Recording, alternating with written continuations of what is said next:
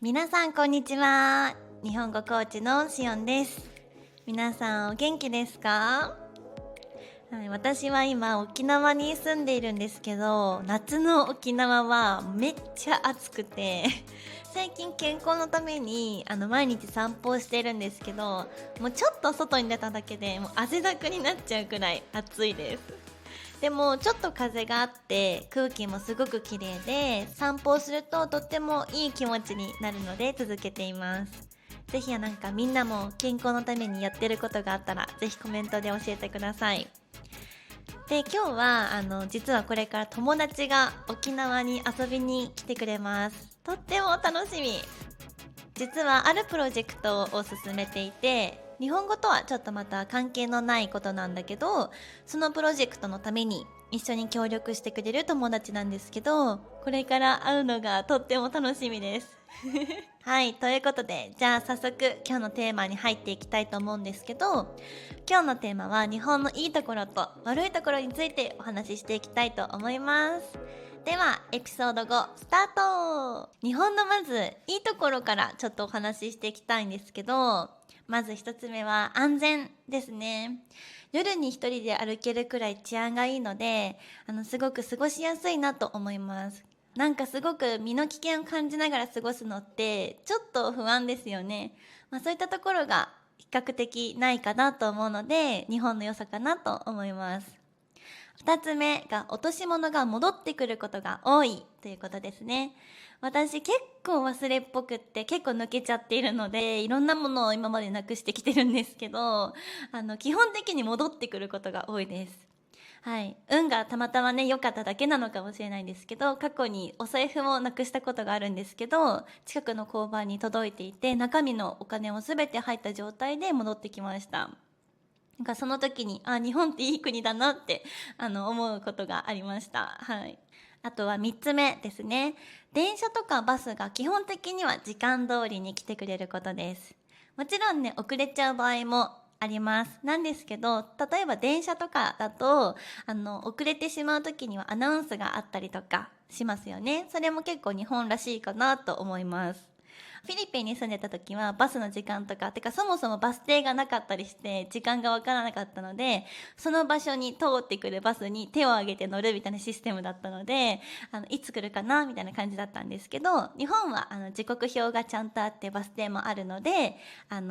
予定が立てやすいかなと思います。もちろんフィリピンの時もジップニーっていうちっちゃいバスがあるんですけど、それは結構走っているので間に合わない時間が間に合わないってことは特になかったんですけど、日本とかだと予定が立てやすいですね。次は4つ目ですね。四季があることです。日本には皆さん知ってると思うんですけど、春、夏、秋、冬の4つの季節があります。季節ならではのイベントとかもたくさんあることがなんかすごく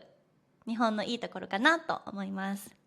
あとは季節に関連して食べ物とかも春夏秋冬によって結構変わってきます。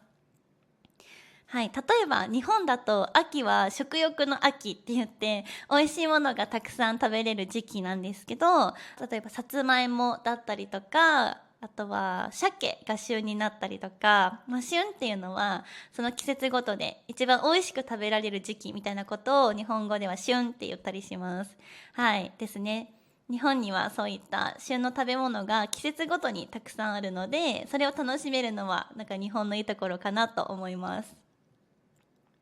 なので私の日本語の生徒さんもなんか日本は季節が全然春夏秋冬で違うから、春夏秋冬の4回行ってみたいですっていう声をよく聞きますはい、私も結構春夏秋冬どれも大好きな季節なので、ぜひ皆さんも春夏秋冬の4つの四季をね、ぜひ感じに来てもらいたいなと思います。はい。で次5つ目かな。はい、次5つ目がコンビニがめっちゃ便利なことです。コンビニってもちろんいろんな国にあってそれぞれ便利だと思うんですけど、日本のコンビニは品揃えがすごくって、例えばセブンイレブンだと今ダイソーとコラボしているので、100均のダイソーですね。なのでダイソーの商品が買えたりとか、あとは食べ物とか飲み物とかお菓子とかだけじゃなくって、結構化粧品とかもたくさんあって、例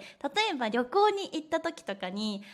ちょっとクレンジング忘れちゃったなとか、メイク道具ちょっと忘れてきちゃったのあるなって思っても、コンビニに行けばとりあえず揃うっていうのがすごく便利だなと思います。次、7個目ですね。丁寧な接客ですね。日本の接客は素晴らしいなと本当に感じます。海外から帰ってきて日本の空港に帰ってきた瞬間に出迎えてくれるスタッフさんがいたりとか、あとコンビニとかでも袋いりますかって聞いてくれたり、お箸つけますかって聞いてくれたりとか、おしぼりはいりますかって聞いてくれたりとか、すごく丁寧な接客をしてくれる方が多いなと感じます。ホスピタリティがすごいなって思います。皆さんも日本に来たことがある方は感じたことあるかな。はいですね。次、8個目は街が綺麗ということですね。基本的に街にあんまりゴミが落ちてることはなくって、もちろんエリアとかによってはすごいゴミが落ちてるエリアももちろんあるんですけど、基本的にはどの場所もすごく綺麗にされているかなと思います。結構ポイ捨てとかはしちゃダメなことって結構みんな共通認識があるので、あんまりする方もいないですし、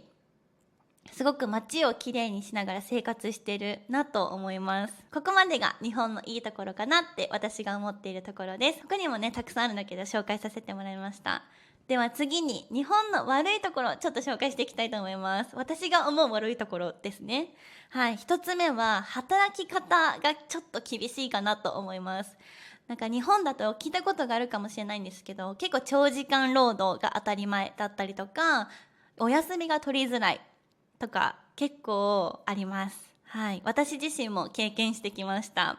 なんかワークライフバランスみたいなものも結構取りにくいかなってちょっと感じることがあります。もちろん今それを変えようとしている意識があるっちゃあるんですけど、まだまだ結構長時間労働だったりとか休暇が取りづらいみたいなことはあります。はい。で、2つ目が自然災害が多いことですね。日本は地震とか、あとは大雨がよく降ったりとかしますね。あと沖縄だと台風もよく来たりします。なので海外の人からするとちょっと怖いかなと思うかもしれないんですけど、結構日本人は日常の中で結構防災を意識して生活している方も多いので、結構自然災害慣れはしてるのかなと思うんですけど、やっぱり来てしまう時はすごく大変な被害に遭ってしまうこともありますね。次は3つ目。なんかルールが多いですよね。日本のいいところでもあると思うんですけど、なんかマニュアル重視で結構変化することが結構嫌いな方が多いかなと思います。はい。あとは空気を読まなきゃいけないとか、なんかちょっと独特のルールがあるかなと思います。はい。私は結構、ルールがあることで安心感はあると思うんですけど、ちょっと自由にやりたいなとかっていう人にとっては少し生きづらいのかもしれません。ちょっとね、日本に行ったことがある方、なんかこういうルールがあったなとか、このルールはちょっと窮屈に感じたとか、ちょっとそれについてぜひコメントくれたら嬉しいです。はい。では、まとめです。今日は日本のいいところと悪いところについてお話ししてみました。今日話した内容はあくまでも私の意見です。私が感じているいいところと悪いところなので、日本人全員がそう思っているとは限りません。ただ、皆さんは日本についてどんなイメージを持っていますか？ぜひコメントで教えてくれたら嬉しいです。もちろん日本にもたくさんいっぱいもっともっといいところもありますし、ここを変えた方がいいよねって思うところたくさんあります。でもきっとみんなの国もそうかなと思います。では今日もここまで聞いてくれてありがとうございました。では次のエピソードでまたお会いしましょう。またねー。